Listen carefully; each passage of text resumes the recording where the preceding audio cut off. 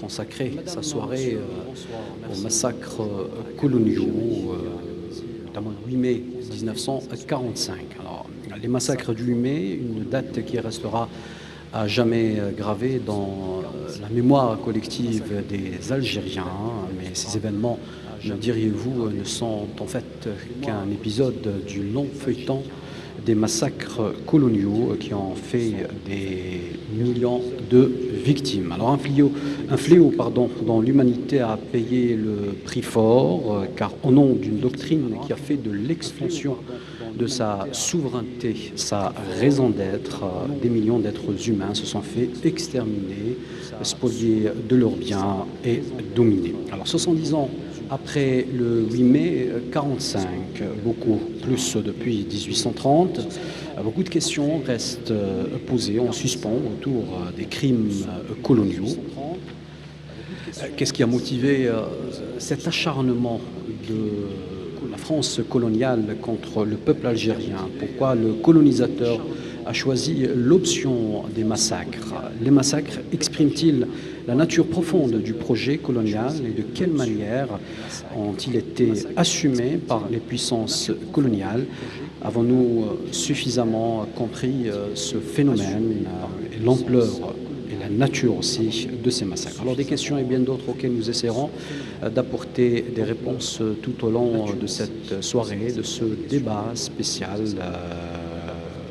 que nous entamons aujourd'hui avec des historiens de renommée internationale. Ils sont en Algérie à l'occasion d'un colloque organisé par Constantine, capitale de la culture arabe 2015, en collaboration avec le Centre national de recherche en préhistoire, anthropologie et histoire sur les massacres coloniaux. Il s'agit sans plus tarder du professeur Benjamin Astora. Vous êtes historien, auteur de plusieurs ouvrages sur la guerre d'Algérie et le mouvement national. On citera aux éditions Robert Laffont en 2004. Vous êtes également président de la Cité de l'immigration de Paris. Merci d'avoir accepté notre invitation. À vos côtés, professeur Gilles Montserrand, vous êtes historien également, spécialiste du colonialisme français, vice-président de la Ligue des droits de l'homme, également auteur de plusieurs ouvrages d'histoire. Également avec nous, professeur Majid Meddassi, professeur des universités de Constantine plus exactement, également auteur de plusieurs ouvrages autour de l'histoire de la guerre de libération nationale et l'histoire d'Algérie, bien évidemment. Également avec nous, à vos côtés, professeur Ahmed Ben Daoud, professeur à l'université de Tlemcen. Vous avez longuement écrit, vous êtes spécialisé, un spécialiste des massacres du mai 1945. Merci d'avoir accepté notre invitation.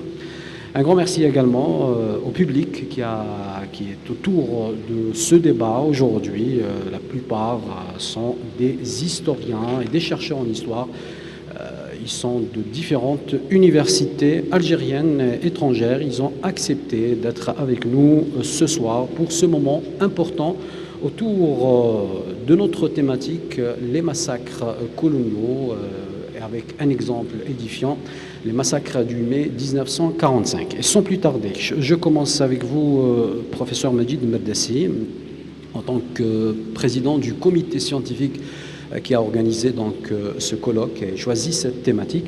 Alors en lisant un peu l'argumentaire du colloque, on voit que vous proposez une nouvelle approche qui sort un peu, j'allais dire, des sentiers battus autour de la simple lecture du récit historique pour aller vers une vision pluridimensionnelle, une vision multiple de ces massacres. Quel est l'enjeu de cette vision?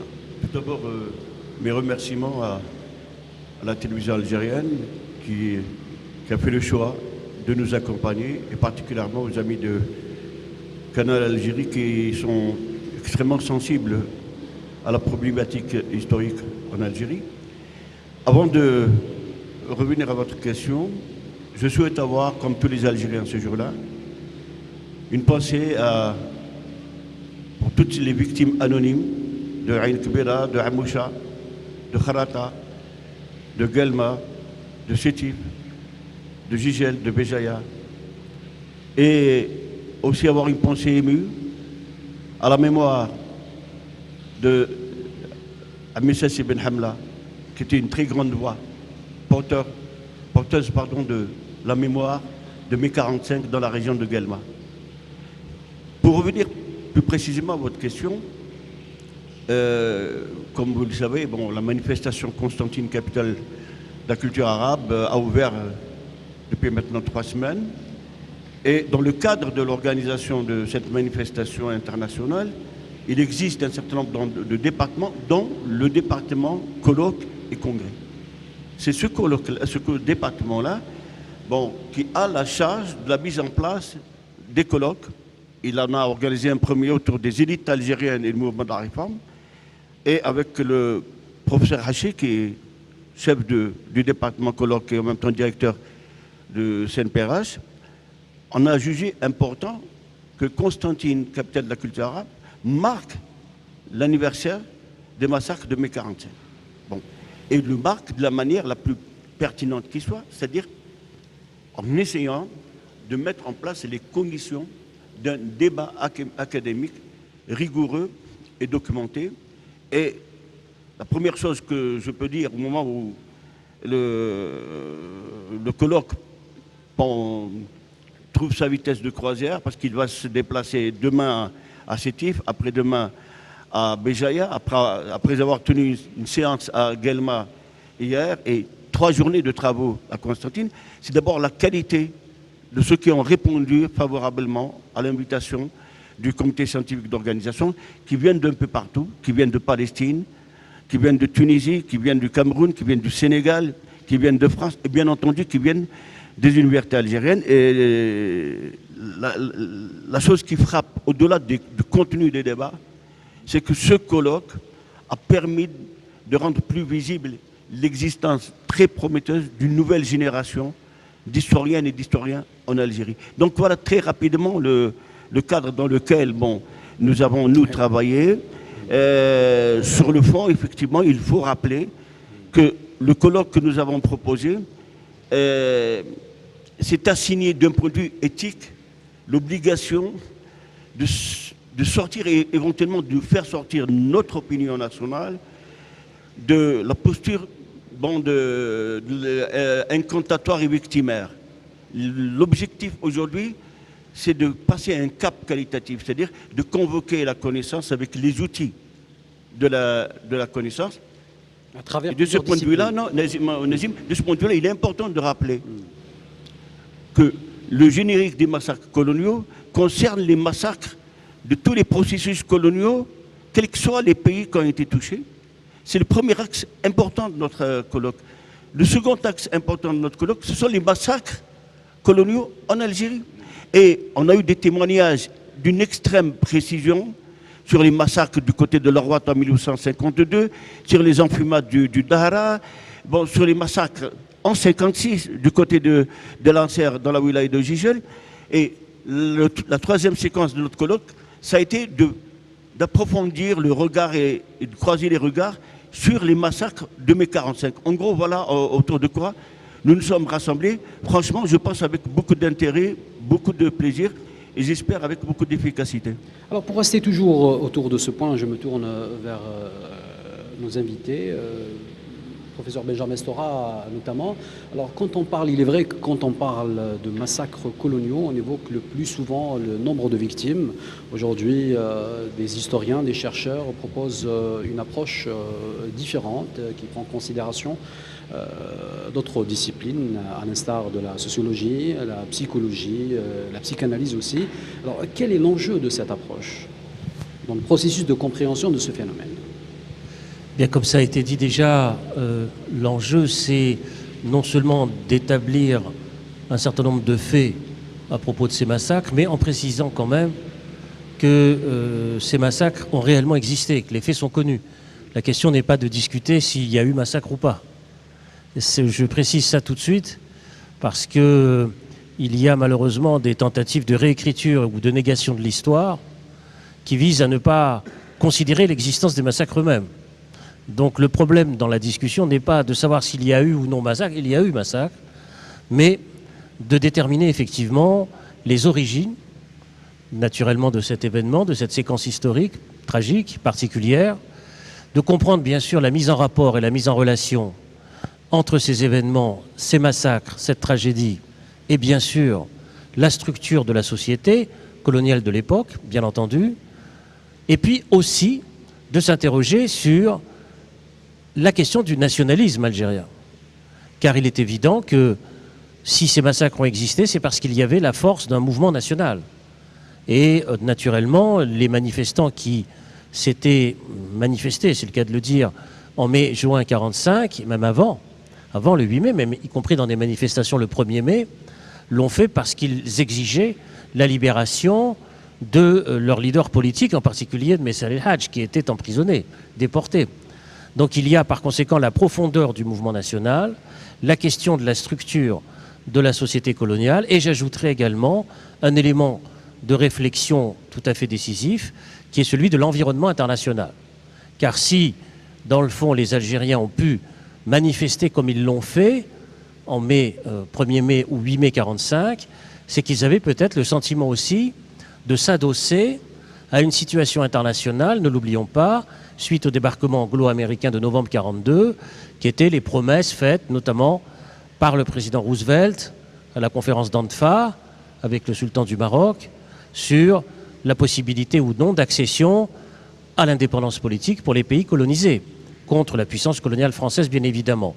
Et donc les nationalistes algériens ont pu s'adosser, s'appuyer sur cette question internationale, sur cette dimension, ce qu'il faut savoir, ce qu'il faut comprendre, lorsqu'on y reviendra dans le cours de la discussion, bien évidemment, lorsque le manifeste du peuple algérien a été écrit et proposé à l'opinion publique algérienne en 1943, eh bien, n'oublions pas que ce document a été remis à l'ambassadeur des États-Unis, Robert Murphy, et par conséquent, il faut aussi intégrer la dimension internationale dans la compréhension de ce qui s'est joué dans cette tragédie de mai et juin 1945. Alors, dans la compréhension de tous ces massacres, notamment le 8 mai 1945, car on le disait tout à l'heure, le 8 mai 1945 n'est en fait qu'un massacre parmi tant d'autres qui ont été oubliés ou occultés par l'historiographie coloniale. Pour revenir un peu à cette problématique posée par le colloque autour des massacres coloniaux, une des questions primordiales, professeur Gilles Montserrand, c'est celle de trouver le lien qui existe entre l'ordre colonial et les massacres. On dit souvent que les massacres sont consubstantiels à l'ordre colonial. Tout à fait. Les massacres sont consubstantiels au fait colonial lui-même et ils ont accompagné toute l'histoire de la colonisation. Ils ont été pratiqués lors des guerres de conquête coloniale, mais je dirais qu'ils ont surtout été opérés lorsqu'il y a eu des moments où les peuples ont résisté et où les colonisateurs ont été confrontés à des mouvements qui faisaient obstacle à leur contrôle colonial. Ça a été le cas, par exemple, dans l'histoire de la colonisation française, de l'île de ce que l'on appelait Saint-Domingue et qui est devenue la République d'Haïti, qui a connu la première guerre d'émancipation d'un peuple colonial. C'était 150 ans avant le déclenchement de la guerre d'indépendance algérienne. En 1804, l'indépendance de Haïti a été proclamée au prix d'une guerre et d'une défaite de l'armée française. Mais elle a été aussi marquée, cette guerre d'indépendance d'Haïti, par des massacres. Il y a même eu des faits absolument horribles, comme l'utilisation de chiens élevés pour chasser les esclaves et pour les agresser et les capturer, élevés spécialement dans l'île voisine de Cuba, pour cet usage qui a été fait par les Français pour combattre la révolte. Donc massacre, effectivement, 150 ans avant la guerre d'indépendance algérienne, et d'autres massacres ont, sans interruptions ponctuaient l'histoire coloniale, surtout dans des moments où il y avait des changements, des évolutions. Je pense par exemple au massacre de Tiaroy près de Dakar, où là, en décembre 1944, peu avant le 8 mai 1945, eh bien, des tirailleurs qui avaient passé toutes les années de guerre en France, des tirailleurs recrutés en Afrique occidentale et équatoriale française, eh bien, demandaient que l'on paye ce qu'on leur avait promis de leur payer, et ils ont été réprimés aussi de manière très, très violente. Donc dans des moments où les choses changent et où les peuples supportent de moins en moins le joug colonial. C'était le cas entre 1943 et 1945 en Algérie, où des mouvements se développaient. Mais dans cet ordre colonial, faire mention de ce critère racial qui va de la simple discrimination au refus carrément d'exister à l'autre, c'est-à-dire l'indigène. Dans le fait colonial, ce qui est fondamental, c'est la distinction entre les indigènes, ceux qui n'ont pas les mêmes droits, et puis ceux qui viennent de la métropole coloniale, qui sont donc d'origine européenne et qui jouissent de droits différents. Et c'est ça qui est constitutif du fait colonial aussi, cette discrimination, cette distinction entre des hommes sans droit et des hommes avec droit. Et il y a même eu des débats lorsque se réclamaient de l'égalité et des droits de l'homme, pour savoir si les droits de l'homme étaient pour tout le monde ou étaient réservés à une catégorie. Et tout le 19e siècle de la colonisation française eh bien, est ponctué de débats sur cette question. Et cette distinction, cette notion d'indigène, eh bien, elle est à l'origine de ces massacres. Elle légitime des massacres. Alors, je me tourne vers vous, professeur Bendaoud, vous qui êtes spécialisé un peu dans les massacres du mai 1945. Vous avez aussi une autre vision, peut-être la même vision sur les autres massacres commis contre le peuple algérien et tous les peuples dominés dans le monde. Alors, est-ce que la doctrine militaire adoptée par le colonialisme peut-elle à elle seule justifier ce recours à la violence ? Tout d'abord, je remercie Canal Algérie pour avoir organisé cette table ronde autour d'un événement très important de la taille des massacres 8 mai 1945 qui continue à alimenter le débat historique chez nous en Algérie. Écoute, les massacres en général, c'est un moyen utilisé par les forces coloniales pour pouvoir stopper des processus ou pour pouvoir mettre fin à des insurrections, à des révolutions, etc. Quand il s'agit des massacres du 8 mai 1945 qui se sont déroulés au cours du mois de mai-juin, pendant des semaines, où un arsenal de guerre infernal a massacré des milliers et des milliers d'Algériens, des civils désarmés. Cet arsenal constitué de forces appelées en renfort de Maroc, de Tunisie et de toutes les régions d'Algérie, concentrées sur les trois wilayas, Guelma, Constantine et Sétif, un peu plus de 15 000 hommes, armée de terre, l'aviation et la marine. Ces facteurs ont contribué à alourdir le bilan final qui dépasse les 45 000. C'est des estimations, les 45 000 morts. Nous ne parlons pas des exécutions, des blessés, etc. Bon, pourquoi en Algérie on a procédé à ces massacres sauvages, assimilés à un génocide? Tout d'abord, pour pouvoir stopper un processus, une renaissance du mouvement national qui a profité des conditions de la Deuxième Guerre mondiale et que notre collègue, M. Benjamin Stora, a expliqué tout à l'heure. Il y a le débarquement des Alliés le novembre 1945, les promesses des Alliés, et en même temps la conscience politique et la libération de certains leaders politiques du mouvement national. Oui. Professeur Medaoud, on reviendra plus en détail sur les conditions dans lesquelles ont eu lieu les massacres du 8 mai 1945, mais juste avant de terminer un peu cette première partie de notre débat autour de la nature des massacres coloniaux, je me tourne vers vous, professeur Maldassi. Donc on cherche surtout à comprendre, est-ce qu'il y a eu une logique politique concernant ce choix de massacrer des populations entières et peut-être les remplacer par d'autres? Ben écoutez, de toute manière, pardon, la date du 8 mai 1945 et des journées qui suivent est marquée de manière profonde et douloureuse dans la mémoire collective algérienne. Et sa mémoire se transmet de mille et une façons par la poésie, par la chanson, par les travaux académiques. Ce qu'il importe de dire, maintenant, 70 ans après, il faut probablement opérer un certain nombre de rappels salutaires. Bon, premier rappel, il y a eu le second conflit mondial.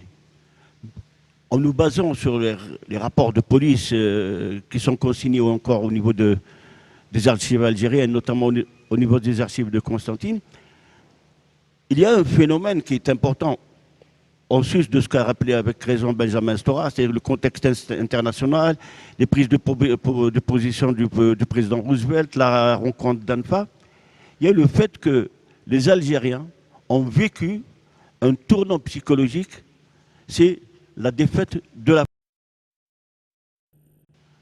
Quand on lit les rapports de police sur l'état de l'opinion algérienne, le signal d'alarme est donné de manière forte. Les Algériens ont pris conscience du fait que la France n'était plus invincible. Et c'est un facteur psychologique tout à fait significatif. Deuxième rappel qu'il faut opérer, c'est que ces massacres-là ont eu lieu au moment de la célébration mondiale, de la défaite des puissances de l'Axe et de la victoire des Alliés, victoire à laquelle les Algériens ont apporté leur contribution et pour laquelle ils ont payé un lourd tribut. Donc, c'est au moment de commémorer la victoire que les Algériens ont porté aussi un certain nombre de revendications qui sont propres, en gros, à la maturation du mouvement national et notamment à la montée en puissance dans le cadre des AML, donc des Amis du Manifeste des Libertés, du PPA clandestin. Benjamin Stora rappelait que l'une des revendications des manifestants algériens était la revendication de la libération de Messa Lihes, alors mis en résidence surveillée à Brazzaville au Congo. Il faut dire à nos téléspectateurs que ce mouvement, c'est un mouvement national.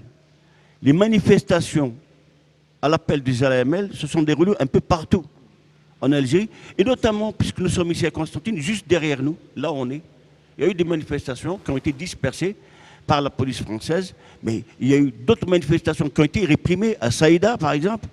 Il y a eu d'autres manifestations qui se sont déroulées de manière pacifique. Maintenant, nous parlons des massacres, notamment ceux de 1945. Nous tombons peut-être dans un désir inconscient de facilité. On ramasse, il n'y a pas eu les mêmes processus à Sétif, qu'à Kharataï, qu'à Guelma. À Guelma, par exemple, nous avons aujourd'hui des travaux qui montrent que la population européenne a été organisée en milice et armée la veille des marches pacifiques des manifestants algériens. Donc, j'insiste sur la dimension nationale des manifestations du 8 mai, leur projection internationale. C'est dans ce contexte-là que vont se dérouler les massacres et qu'il faut rendre intelligibles les massacres, d'autant plus, et là je m'excuse Nazim, je tiens à insister sur cette question-là parce qu'il y va de notre propre intelligence, de notre propre histoire. Nous avons un besoin impérieux de sortir du champ de l'émotion pour accéder à celui de la connaissance. La connaissance, c'est la recherche documentée. Jusqu'à aujourd'hui, à ma connaissance, et je peux me tromper, et je souhaite être détrompé, nous n'avons pas listé les victimes algériennes des massacres de 1945. Nous nous sommes tous comment dire, caché derrière un chiffre puissant, mythique, celui de 45 000 ou peut-être de 80 000 victimes. Ou peut-être nous avons un besoin de connaître. La connaissance, c'est une recherche. Il faut aller sur le terrain, sur l'état civil, sur la télé. Non, mais c'est important de dire, parce que sinon, pourquoi nous commémorons, pourquoi nous nous rencontrons, pourquoi nous débattons? Ce n'est pas pour le plaisir de débattre.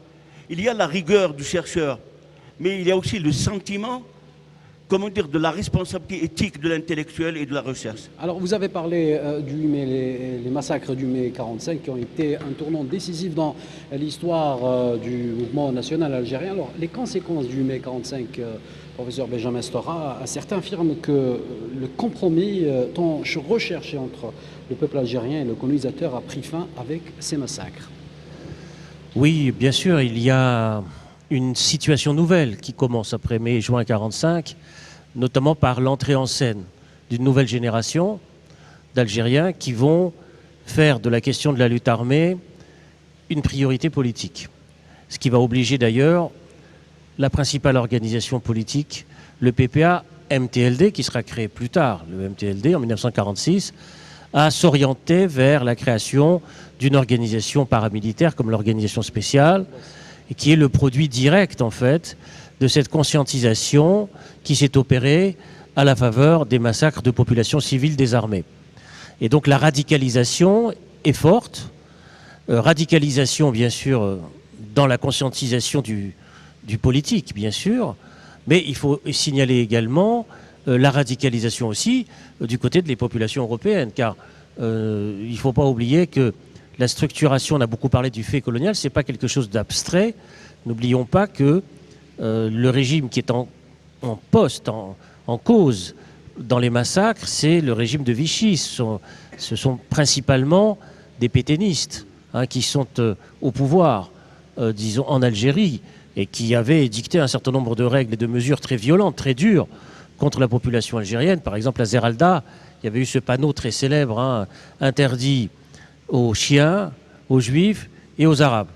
À la suite de quoi, il y avait eu une révolte à Zeralda, et les gens qui se sont révoltés, qui ont manifesté, puisqu'on parle de massacre, ont été ensuite mis dans un endroit qui les a confinés, ils sont morts d'étouffement en 1941. C'est le massacre de Zeralda qui est extrêmement important.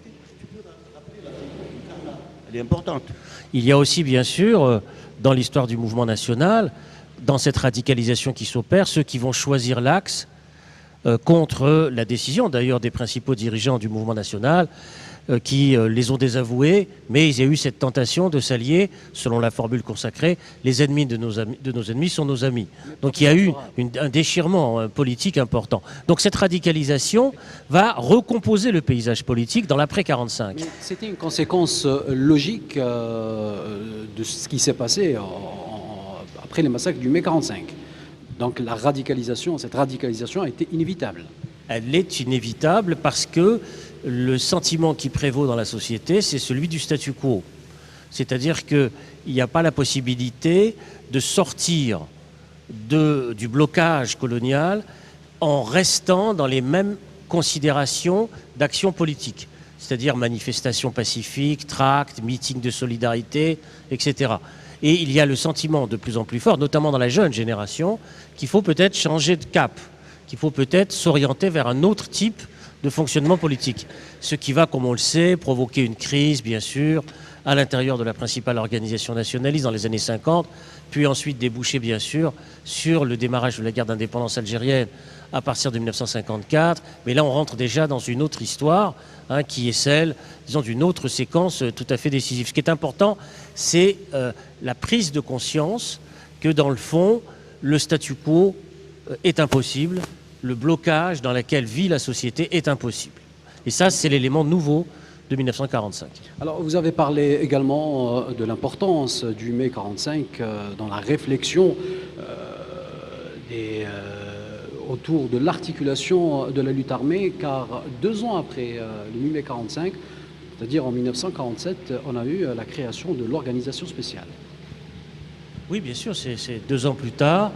C'est une organisation qui va jouer un rôle, bien sûr, très important, qui sera ensuite démantelée par la police française en 1950, mais dont les principaux animateurs vont ensuite jouer un rôle tout à fait décisif dans la formation notamment du Front de Libération Nationale, mais pas seulement, dans d'autres organisations politiques algériennes.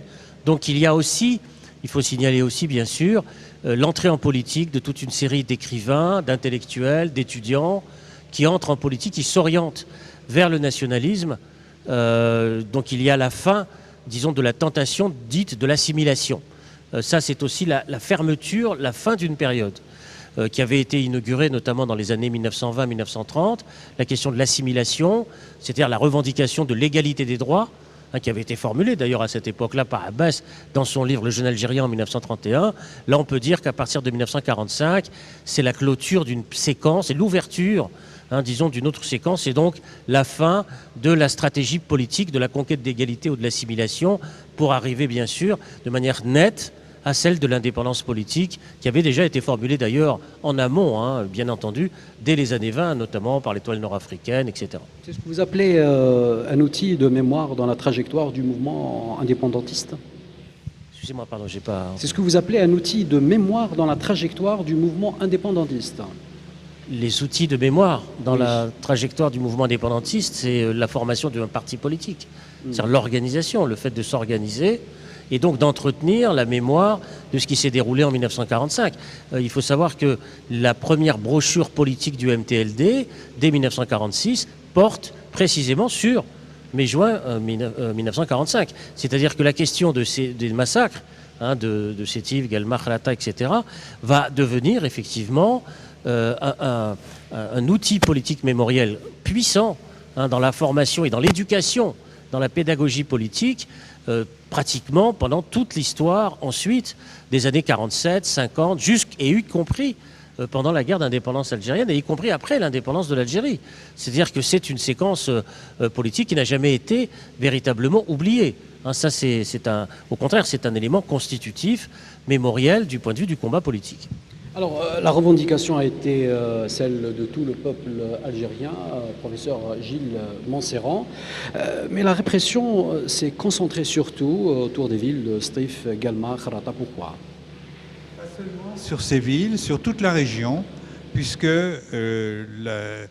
l'armée française a utilisé des gros moyens pour réprimer, y compris des villages qui étaient perchés, qui étaient difficilement accessibles, et qui ont été bombardés par l'aviation et par la marine, qui ont donc détruit de manière aveugle et indistincte les populations civiles de ces villages. C'est pour ça qu'on peut parler, en l'occurrence, d'un crime contre l'humanité, contre des populations civiles, me semble-t-il, parce que ces massacres coloniaux comportent cette dimension, même s'ils n'ont pas suscité la même indignation que les massacres commis, par exemple, par les nazis, qui sont de nature différente, dans la Seconde Guerre mondiale. Mais le poète martiniquais Aimé Césaire, qui a publié en 1948 son discours sur le colonialisme, a pointé le fait que l'indignation des Européens vis-à-vis du nazisme ne s'est malheureusement pas exercée de la même façon contre les massacres lorsqu'il s'agissait de populations coloniales. Donc c'est effectivement une répression qui s'étend sur toute la région et qui a pour victime des populations civiles. Professeur Mardassi, toujours autour du contexte dans lequel s'est déroulé le 8 mai 1945, alors certains évoquent même la thèse du complot, car la montée du nationalisme algérien au lendemain de la fin de la Deuxième Guerre mondiale, de la conférence de San Francisco, était inévitable. On dit qu'il y a eu des gens qui ont poussé, qui ont provoqué ces événements. Madame Minajim, si vous permettez, très rapidement, parce qu'on a une séquence sur laquelle nous devons revenir de manière rigoureuse, documentée, mais il faut rappeler aussi qui sont de cause. Quand on dit, effectivement, l'armée française a massacré, elle a massacré sur ordre. Sur ordre de qui? Du gouvernement provisoire de la République française, dirigé par le général de Gaulle. auxquelles étaient associées les forces de gauche, auxquelles était associé le Parti communiste français. Et ce qui est incroyable, c'est comment des gens qui ont dirigé et animé la résistance anti-nazie, au nom des principes universels de liberté, de démocratie, de respect de l'intégrité des humains, comment ces mêmes acteurs pouvaient-ils s'autoriser en Algérie un massacre sans distinction et sans justification absolue? Et il y a eu des conséquences. Il y a eu des conséquences du nationalisme algérien. Et il faut rappeler quand même qu'il y a eu un titre tragique dans un journal au demeurant respectable, Algérie républicain pour ne pas le nommer, sur les hitléro-nationalistes du PPA, qui seraient à l'origine des provocations qui ont donné lieu à ces massacres. Il faut toujours contextualiser les choses, identifier les acteurs, identifier les enjeux. Et toujours rappeler qu'un massacre n'est jamais accidentel. Ce n'est pas l'armée qui massacre parce qu'à un moment elle est saisie par un désir. Non, parce qu'il y a un contexte politique, parce qu'il y a un ordonnancement politique du massacre. Nous disons le massacre, c'est une action délibérée d'exécution massive de population civile sur instruction politique. C'est à partir de ces éléments-là que nous pouvons essayer de rendre intelligible ce qui s'est passé à Kharrata, à Amoucha, à Ain Kbira, à Guelma, à Sétif et dans les environs de Béjaïa. Mais c'est peut-être, comme on a parlé de la thèse du complot, c'était peut-être une conséquence directe donc, du contexte dans lequel s'est déroulé le 8 mai 1945, mais aussi par crainte de voir la montée du nationalisme algérien dépasser cet ordre colonial. Non, mais la crainte de la montée il y a un processus de reconfiguration du mouvement national qui a été engagé, comme l'a rappelé Benjamin Stora, d'abord avec le manifeste du peuple algérien, dont il faut toujours rappeler, parce que ce n'est pas suffisamment souligné, que ce sont les élus, les fameux élus indigènes qui revendiquaient les droits civiques et l'égalité des droits civiques et politiques. Ce sont eux qui sont à l'origine. C'est Farhat Abbas qui a déposé le manifeste.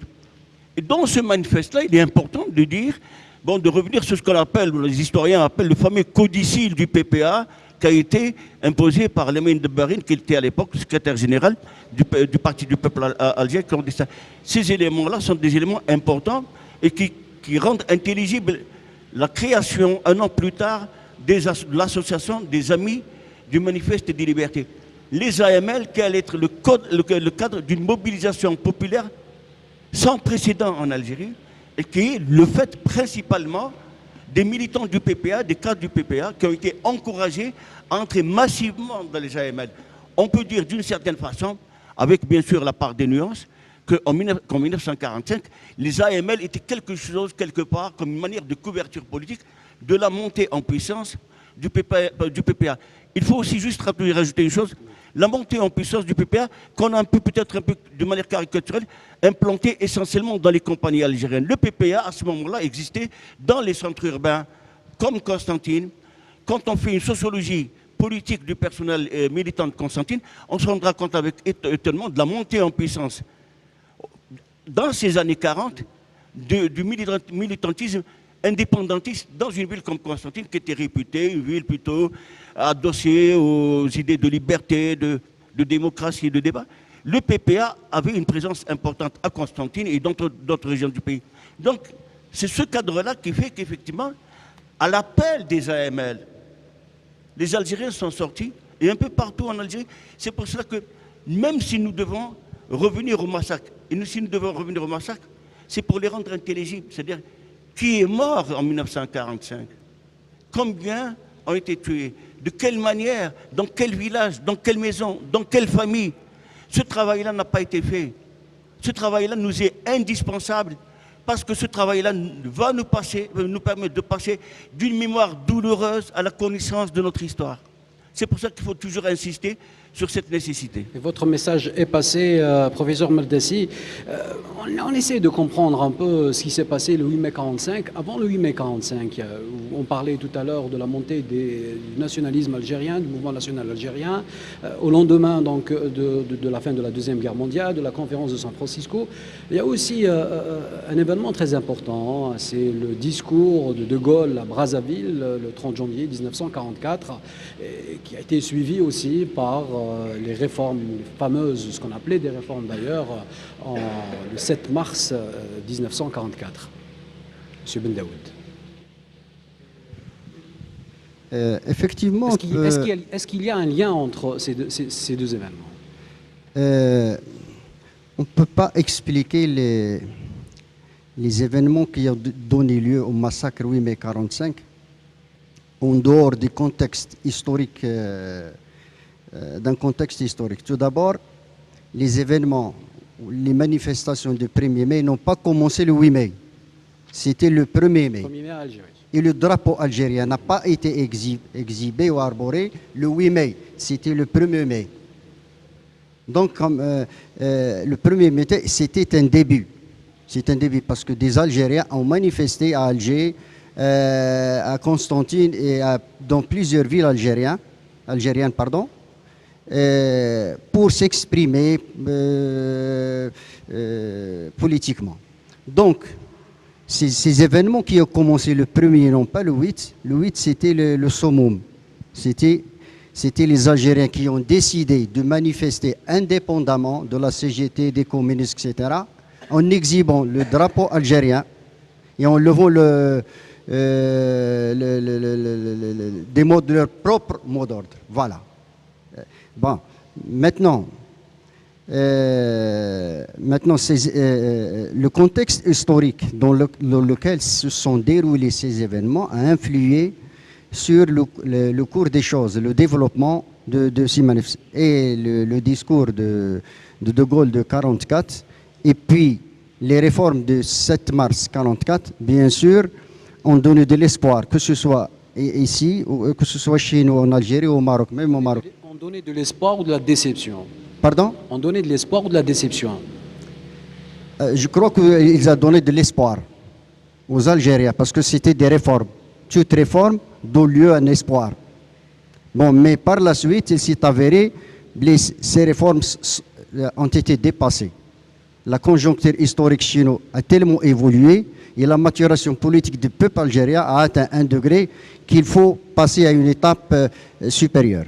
Voilà. Pour revenir, professeur Benjamin Stora, autour de la fameuse citation trop peu et trop tard, donc après le discours de Brazzaville le 30 janvier 1944. Alors, toujours, est-ce qu'il y a un lien entre ce qui s'est passé le 8 mai 1945, ou peut-on faire un lien entre les massacres du mai 1945 et l'attitude de l'administration coloniale et à sa tête le général de Gaulle? Ben, oui, bien sûr. Enfin, ça a déjà été dit par Abdelmajid Merdassi. Il est évident qu'il y a des ordres politiques. La question des massacres n'intervient pas in abstracto, même si il y a une autonomisation aussi des populations européennes par l'intermédiaire des milices, par exemple, par rapport à l'État, par rapport au pouvoir politique. Les choses sont jamais si évidentes. Hein. C'est aussi la structure de la société coloniale en elle-même qui explique cette forme d'autonomie des populations européennes par rapport au pouvoir central. Ça, c'est une petite précision. Je pense qu'on est d'accord sur cette question-là, bien entendu. Maintenant, sur la question de Brazzaville, de Gaulle, 44-45, bon, c'est une séquence très particulière parce que, dans le fond, on peut estimer que les propositions de réforme qui sont énoncées d'ordonnance, qui donnent à une partie des Algériens la nationalité française, concernent quelque part une élite et une partie seulement de cette société, alors que la question, comme ça a été encore une fois rappelé, alors que la question de la montée en puissance du mouvement national était déjà établie en mars 1944 par la naissance des AML. Donc c'est concomitant. Je veux dire qu'en même temps qu'il y a les ordonnances de Gaulle, en même temps il y a la formation des AML, c'est-à-dire les Amis du Manifeste et de la Liberté, qui sont extrêmement importants, avec près de 100 000 adhérents, ce qui est considérable à l'échelle de toute l'Algérie. Donc c'est vous dire l'ambivalence. C'est-à-dire qu'il y a à la fois la promesse d'ordonnance et de citoyenneté française, et en même temps déjà, le même mois pratiquement, en même temps, la montée en puissance d'un mouvement national qui vise directement à la séparation politique. Maintenant, pour terminer sur le problème du temps, de la durée historique, il faut se rappeler quand même les fameux propos du général Duval en 1945, que je vous ai donné, celui qui a dirigé la répression, entre autres dans la région, et qui a dit: je vous ai donné la paix pour 10 ans, mais faites attention de ce qui pourrait arriver après, parce que si rien ne change dans ce pays, dans cette société, alors tout peut changer. Et ces propos, entre guillemets, prophétiques du général Duval, naturellement, n'ont pas été écoutés à la fois par la société européenne, par la classe politique française et par l'État au sens large, l'État français au sens large. Donc vous sous-entendez qu'on pouvait faire quelque chose pour éviter ce qui allait se passer après, en 1954 ? Bah oui, c'est-à-dire que la question de la négociation, du dialogue politique avec notamment les dirigeants du nationalisme algérien à cette époque-là, n'a pas été évoquée par la classe politique française. Non seulement Messali a été arrêté plusieurs fois, emprisonné. N'oublions pas que Farhat Abbas a été arrêté aussi le 8 mai 1945, alors que c'était un dirigeant politique qui était en train de célébrer lui-même à Alger. Pardon ? Farhat, il a été arrêté où? Il a été dans l'antichambre du gouverneur, oui. Bien entendu. Donc il y a par conséquent des dirigeants politiques du nationalisme algérien qui sont prêts à la discussion politique. Ça aussi, il faut le dire, parce que c'est des choses importantes. Mais jamais la main ne leur a été tendue.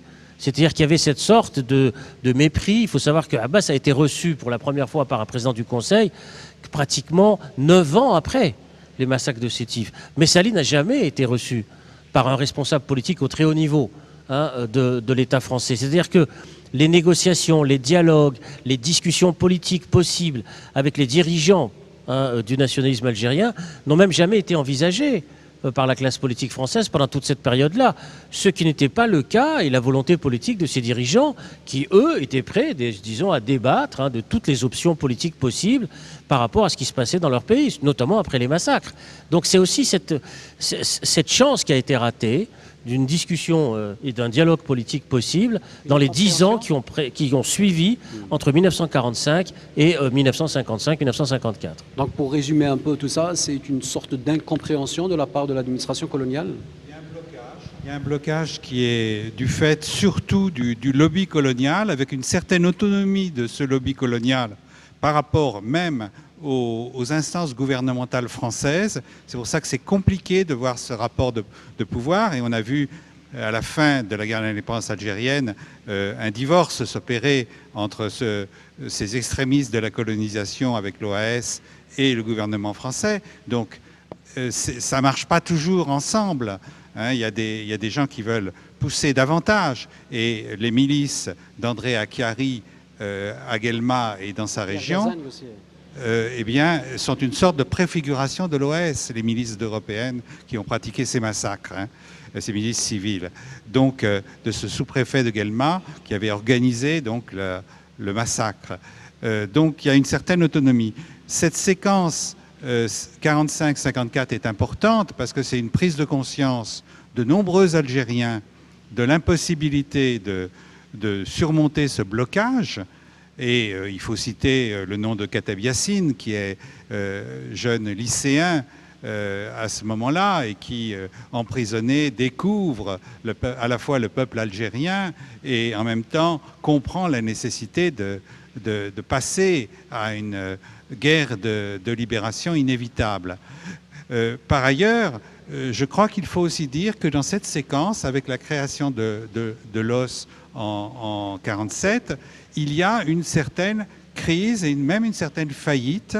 Le nom de Messali Hadj a été cité à plusieurs reprises par Benjamin Stora à juste titre, parce que c'était le leader emblématique d'une première phase du mouvement national, mais ce leader, il n'a pas été capable dans cette période qui a suivi 1945, à mon avis, ça peut être l'objet de débat, oui, mais il n'a pas tracé de perspective politique au mouvement national. Et ce sont justement ces jeunes militants qui se sont organisés d'abord dans l'OS qui ont été en mesure de donner un nouvel élan à la lutte d'indépendance nationale. Il me semble, enfin ça c'est un point de débat, mais qu'il y a une certaine faillite d'un leader emblématique qui a joué un rôle essentiel à une certaine époque et qui n'a peut-être pas su analyser correctement les nouveaux enjeux dans la période qui a suivi le mai 1945. C'est du moins une hypothèse qu'on peut émettre. Allez-y. Emprisonné, quand même dans cette période-là. Donc c'est quand même. Donc il n'exerce pas le pouvoir et il est emprisonné. Donc il faut aussi, je veux dire, mettre en contexte historique. Après, on peut discuter effectivement des responsabilités de chacun. C'est simplement une précision historique. Hein. Oui, c'est un personnage qui était en détention. Continue. Quand même, hein. Parfois, il est libéré. Il reçoit des jeunes militants. Et ces jeunes militants, je me souviens particulièrement d'avoir recueilli le témoignage de Sinaï Ahmed, par exemple, qui dit on va le voir et puis on en sort déçu parce qu'il ne nous dit rien de spécial. Il est là avec sa barbe et son cherche, et puis il est sur son grand fauteuil majestueux, avec un port très majestueux, mais il ne donne pas une perspective politique. Et ces jeunes militants qui vont fonder le FLN, eh bien, ils sont amenés, me semble-t-il, à prendre des responsabilités dans une situation de crise où le MTLD était très divisé entre le... Ça concerne l'après novembre 54, mais recadrer un peu notre débat, professeur Mardassi. Oui, juste, Nazim, une première observation. On a signalé dans la discussion, notamment l'intervention de Benjamin, l'arrestation de Farhat Abbas.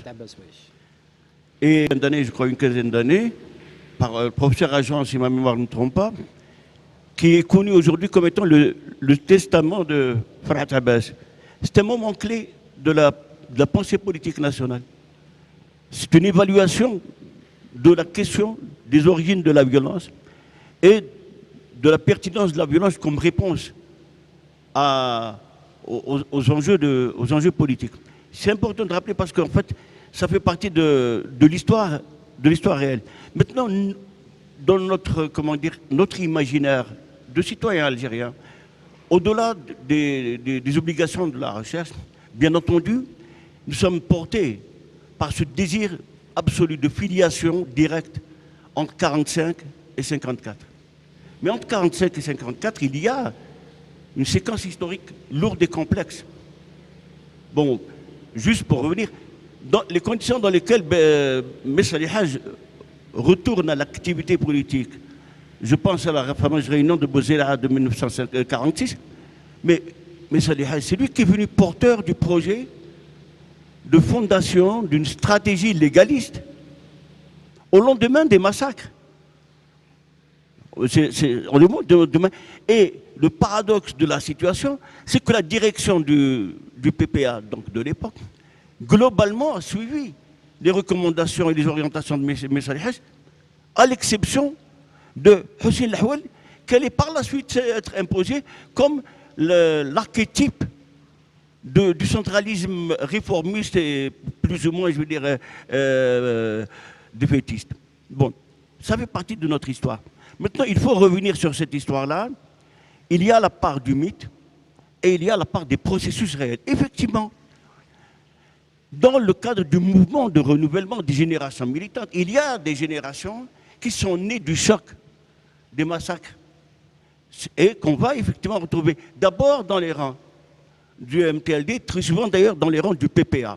Beaucoup ont rejoint le PPA clandestin avant les massacres, et d'autres ont rejoint, que nous allons retrouver par la suite dans les structures de l'organisation spéciale en particulier. 47. Beaucoup, bon, entre autres, pour citer l'Arbi Ben Mehdi, Aït Ahmed, Ben Youssef, il y en a qui ont rejoint un peu dans le siège de 1945. Et il y a une date clé, c'est février 1947, le congrès. Et il faut toujours revenir au congrès parce que c'est un congrès de dirigeants et de militants politiques. C'est-à-dire qu'il se construit sur des solutions de compromis. La solution de compromis, c'était la création du MTLD comme vitrine légale, le maintien du PPA clandestin et la mise sur pied de l'organisation spéciale qui devrait être le bras militaire. Pardon, c'est important de rappeler. Maintenant, ces filiations ne sont pas toutes établies de manière mécanique. Les porteurs du projet novembriste par la suite ne sont pas tous issus directement. Ce qui est important, et on ne l'a pas suffisamment souligné, c'est quelle était la situation de la société algérienne pendant la guerre, à la veille des massacres. C'est une société contrainte par la guerre, violentée par la guerre, paupérisée, dépossédée. Bon, voilà de quoi il s'agit. Les racines profondes des révoltes algériennes, elles se trouvent dans la nature du système colonial. Donc pour résumer un peu vos propos, professeur Majid Mabdassi, on peut dire que les racines, peut-être la guerre de libération nationale, comme le soutiennent certains, est née au lendemain du mai 45. Oui, on a toute une génération militante qui apparaît dans les structures du PPA-MTLD à partir de 1947. On les voit dans les congrès, on les voit dans les structures du parti. Bon, je veux dire, par exemple, bon, au Débeauté, je vais prendre à Constantine. Nous allons citer Abdelrahman Guéras, qui allait être le grand patron de l'arrondissement de Constantine, de l'organisation spéciale. Nous allons citer Mohamed Messati, nous allons citer Abdelsalam Habbasi et d'autres militants qui sont, bon, Slimane Mellah, Saïd Bouali, tous ces gens-là qui vont se retrouver dans l'os sont des militants constantinois qui rejoignent au lendemain, pour l'essentiel, au lendemain des massacres de 1945. On n'a pas, parce que nous n'avons pas documenté, nous pouvons, comment dire, avoir une lecture un peu romantique et gratifiante pour nous d'une filiation directe. Mais la rigueur de l'histoire demande qu'on aille plus loin, plus précis, pour voir où se passe l'articulation quand elle a lieu. Qu'on aille plus loin, surtout du côté de l'administration coloniale, aujourd'hui, c'est l'État français. Quand on parle du mai 45, Benjamin Stora, le sentiment de la grandeur qui caractérise l'ordre colonial l'emporte sur l'idéal de liberté. Est-ce toujours le même sentiment qui justifie ce refus de reconnaissance? Pendant très longtemps, il y a eu un oubli, un déni, bien sûr, hein, notamment pendant la séquence guerre d'indépendance algérienne, il y a eu cette fabrication de l'oubli sur les origines de la guerre d'indépendance. Et en particulier, parmi les origines, il y avait le système colonial et les massacres de Sétif. Donc pendant très longtemps, il y a eu cette séquence d'oubli qui a été portée par l'ensemble de la classe politique française. Ça a été rappelé par Abdelmajid Merdassi, puisque les partis gaullistes et communistes ont dominé la scène culturelle et politique française pendant près de 40 ans en France. Et naturellement, ils ont joué un rôle très important dans toute cette période qu'on a déjà évoquée depuis le début de l'émission. Mais il faut signaler bien sûr qu'en France, il y a toute une série d'associations et de mouvements qui se sont battus pour la reconnaissance du 8 mai 1945, en particulier portés par les jeunes issus des immigrations algériennes en France, hein, qui ont combattu sur notamment la reconnaissance de ce qui s'est passé le 17 octobre 61. Et aujourd'hui même, en France, il y a toute une série de meetings, d'organisations à Rennes, à Nantes, à Marseille, etc., pour dire ce qui s'est passé à l'intérieur de l'opinion publique. Reste le problème de la reconnaissance par l'État français. Il y a toute une série de déclarations qui ont déjà été faites. Hubert Collin-Verdière, l'ambassadeur de France Jacques Chirac, en 2005, qui a fait une déclaration à Sétif, la déclaration de Bernard Bajolet en 2008, à Guelma, bien sûr, qui a condamné, disons, ces massacres. Dans le discours du président de la République française en décembre 2012 à Alger, devant l'Assemblée nationale algérienne, il y a eu la condamnation de ce qui s'est passé, disons, à Sétif en mai-juin 1945. Donc il y a quand même toute une politique de ce qu'on pourrait appeler de petits pas qui ont été faits. Et on ne réglera pas, ceci dit, cette question de la blessure algérienne par simplement des déclarations et par le fait de dire ou dénoncer un certain nombre de faits par un seul discours, par exemple. Il y a tout un travail de pédagogie à l'intérieur de la société française qui est très compliqué. Parce qu'il faut se poser la question 70 ans après, pourquoi il y a ce refus dans la société française aujourd'hui de regarder en face le passé colonial. Et même, j'ajouterais qu'il y a même une forme de régression dans le travail historique en France aujourd'hui sur la connaissance du fait colonial, mais au contraire, la montée en puissance d'une stratégie qu'on pourrait qualifier d'effacement de cette histoire, et au contraire, une volonté d'embellir l'histoire coloniale. Donc, la bataille culturelle est très importante à l'intérieur de la société, bien sûr, et là, il s'agit de la responsabilité, je le disais ce matin dans le colloque qui était organisé à Constantine, c'est la responsabilité aussi des élites algériennes, des intellectuels. Ce qu'a encore rappelé tout à l'heure le professeur Merdassi est très important, c'est-à-dire de faire en sorte que les travaux historiques algériens soient suffisamment fiables, soient suffisamment étayés, bien sûr, pour être portés à l'intérieur de la société française, pour que les historiens français ou les intellectuels français au sens large puissent eux aussi s'appuyer sur ces travaux algériens pour faire en sorte que l'opinion publique française prenne conscience de la gravité de ce qui s'est passé, non seulement à Sétif et à Guelma, enfin en mai-juin 45, mais pendant l'histoire coloniale au sens large. On n'a pas parlé, par exemple, ce soir, de ce qui s'est passé dans l'après-45, par exemple à Madagascar, en 1947, qui a été un massacre absolument énorme, mais aussi ce qui s'est passé au Cameroun, ce qui s'est passé dans d'autres pays de la sphère coloniale, en Indochine, bien entendu, le Vietnam.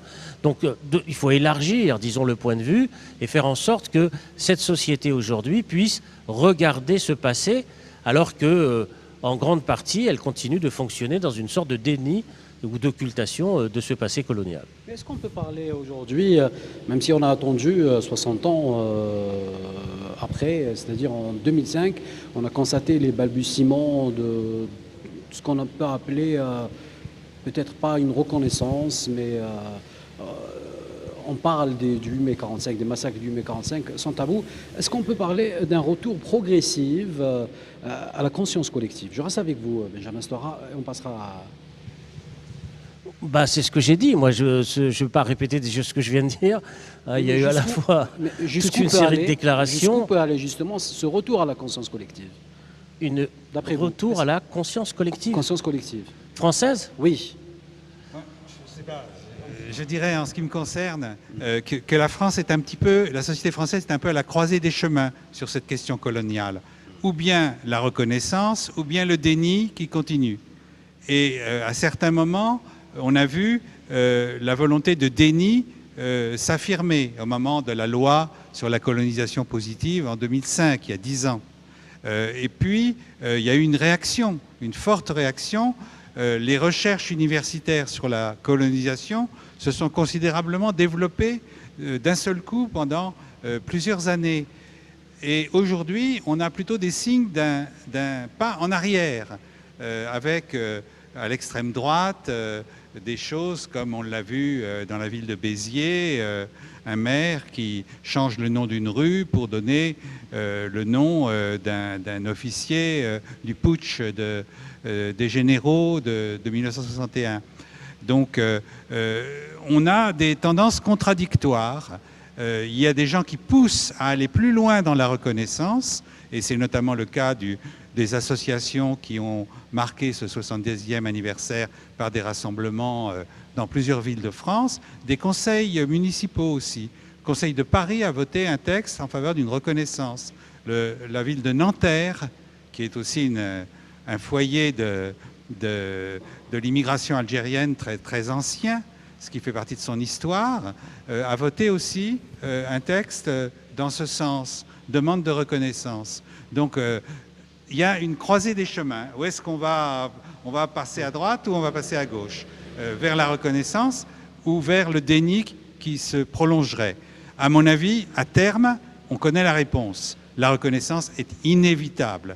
Les pressions internationales, l'exigence du droit international sont telles qu'on ne pourra pas supporter qu'un pays, pas plus la Turquie par rapport au génocide des Arméniens, que Israël par rapport à l'occupation des territoires palestiniens.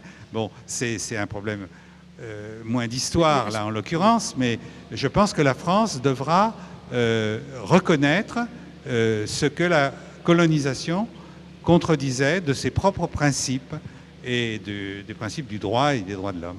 Mais est-ce que vous rejoignez un peu ce que disait Benjamin Stora lorsqu'il dit qu'il faut attendre un peu le travail des universitaires algériens, notamment autour de l'historiographie de ces massacres coloniaux, pour attendre une réponse favorable? J'ai jamais dit ça, moi. J'ai jamais dit qu'il fallait attendre. Hein. Moi, c'est pas moi qui dis ça. Il faut être précis là-dessus. Moi, je dis qu'il faut s'appuyer pour avancer. Mais on ne va pas attendre, parce que le travail, il n'a jamais cessé. Le travail en France sur la question de ce qui s'est passé à Sétif n'a jamais cessé. Aniré Goldzeiger, Jean-Louis Plan, Jean-Pierre Péroulou, je ne vais pas citer ici tous les historiens français, moi-même. lorsque j'ai travaillé il y a 40 ans sur une biographie de Messa el-Hajj, j'ai travaillé sur les massacres de Sétif et de Guelma. Donc je n'ai jamais dit qu'il fallait attendre. Mais si je dis je qu'il pose la faut question autrement, s'enrichir monsieur des Stora. travaux, s'adosser aux travaux des historiens algériens pour porter à l'intérieur de la société française une connaissance plus grande. Mais s'il n'y a pas ces travaux, est-ce qu'on doit pas s'attendre qu'il y ait une reconnaissance? On va dire, faut être un peu nuancé. Oui, Effectivement, et c'est l'occasion de le rappeler, malheureusement, il y a peu de travaux. Ce que nous connaissons, c'est le travail pionnier de Redouane Aït Dabet, qu'il faut rappeler à la mémoire aujourd'hui. Le travail de Boussif Mekhaled. On a quelques documentaires réalisés par des documentaristes algériens établis en Algérie ou à l'extérieur de l'Algérie, comme celui de Marie Mahmidet qui est avec nous ce soir, celui de Mehdi Alaoui que nous espérons recevoir demain, celui de Sidi Ali Fatah Ayadi, qui était l'un des pionniers du travail documentaire. Mais cela dit, heureusement aujourd'hui, à l'occasion de ce colloque, on a vu un certain nombre de jeunes chercheurs pointer leur nez avec des recherches intéressantes qui vont élargir la perspective de compréhension de ces phénomènes-là. Cela dit, puisque vous reposez la question à nos amis français, question de la position des pouvoirs publics français sur cette question-là. Nous aussi, nous devons regarder devant notre porte et dire qu'avons-nous fait, nous, Algériens? C'est-à-dire, bon, à ma connaissance, et là encore, je souhaite être détrompé, et si je le suis, je ferai mon mea culpa publiquement. À ma connaissance, jamais l'État algérien n'a demandé officiellement et formellement une reconnaissance des crimes de l'État français pendant la colonisation, lors des massacres de mai 1945, lors des massacres d'août 1955. À ma connaissance, les pouvoirs publics algériens n'ont jamais demandé cette reconnaissance des crimes commis par l'État français, cette reconnaissance des massacres. Effectivement, il y a l'Arlésienne de la repentance.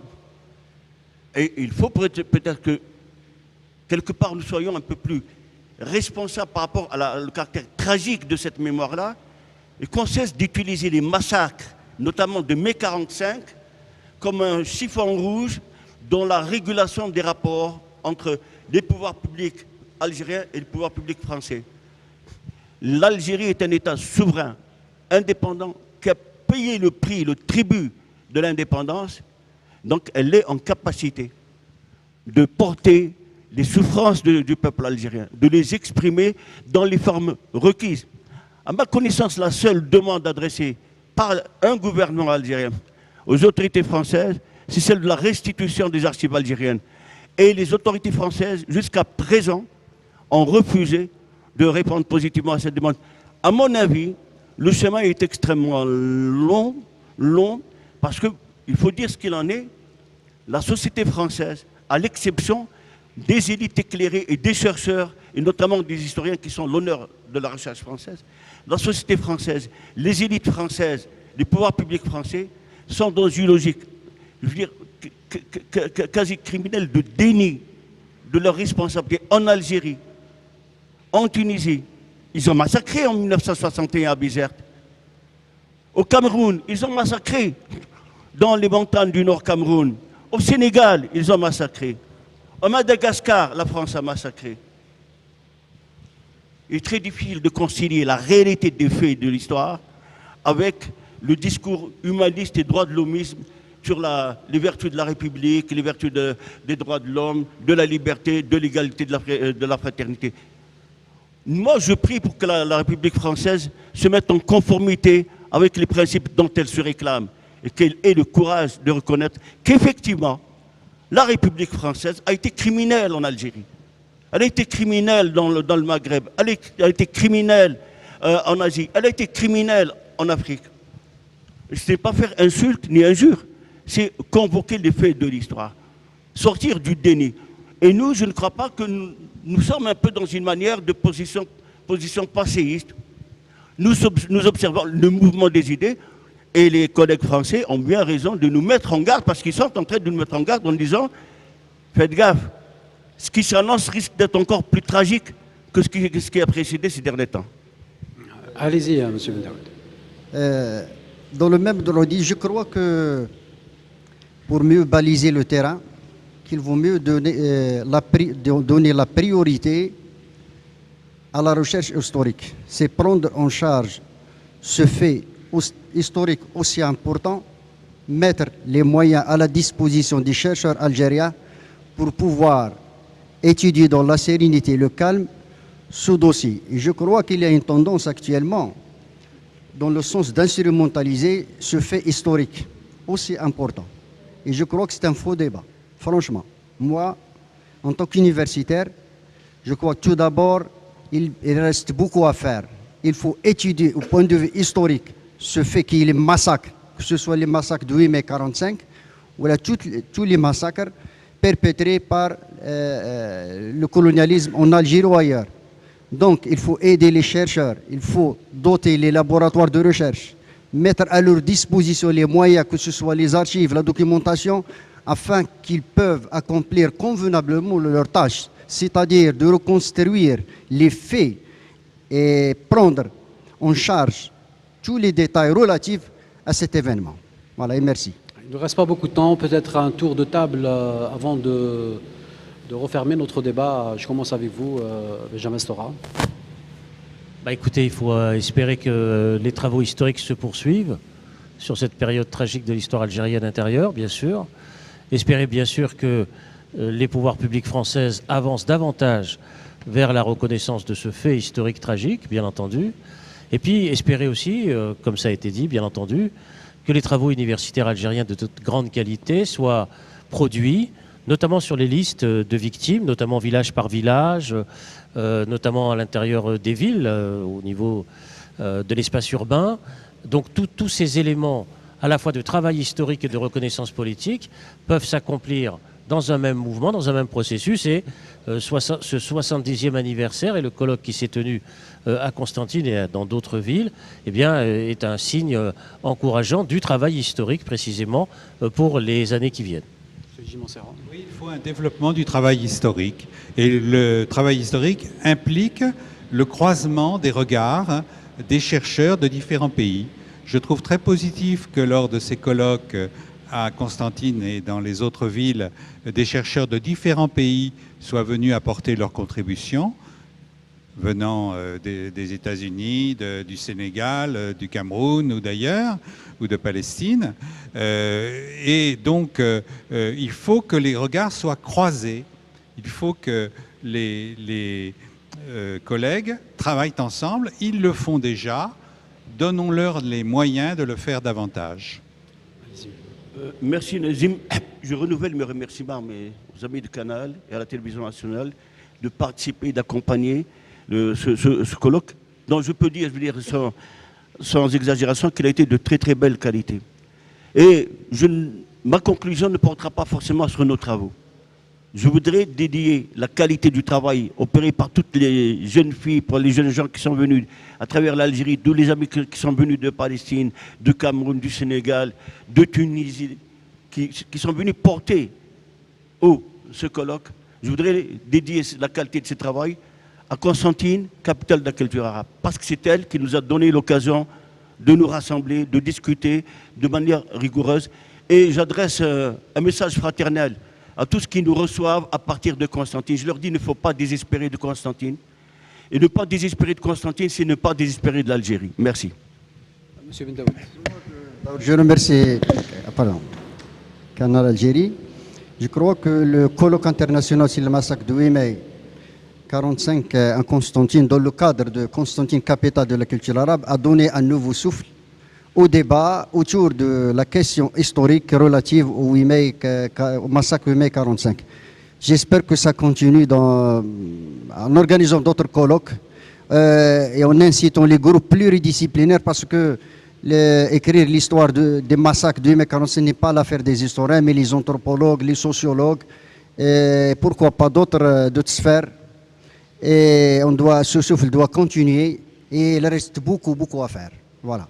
Merci Ahmed Bendaoud, je rappelle professeur d'histoire à l'université de Tlemcen, pour avoir participé donc à ce débat autour des massacres coloniaux 45. Merci à vous également Majid Maddassi, professeur Majid Maddassi, professeur des universités, professeur à l'université de Constantine, auteur d'ouvrages autour notamment de l'histoire guerre de libération nationale. Constantine. Également, merci à professeur Gilles Montserrat, historien, spécialiste du colonialisme français. Vous êtes également, je le rappelle, vice-président de la Ligue des droits de l'homme. Également, un grand merci à professeur Benjamin Stora, historien, auteur de plusieurs ouvrages sur la guerre d'Algérie et le mouvement national. On a cité au début de l'émission un de vos ouvrages, L'amnésie, paru aux éditions Robert Laffont en 2004. Je rappelle aussi que vous êtes président de la Cité de l'immigration de Paris. Merci d'avoir participé à ce débat autour de notre thématique.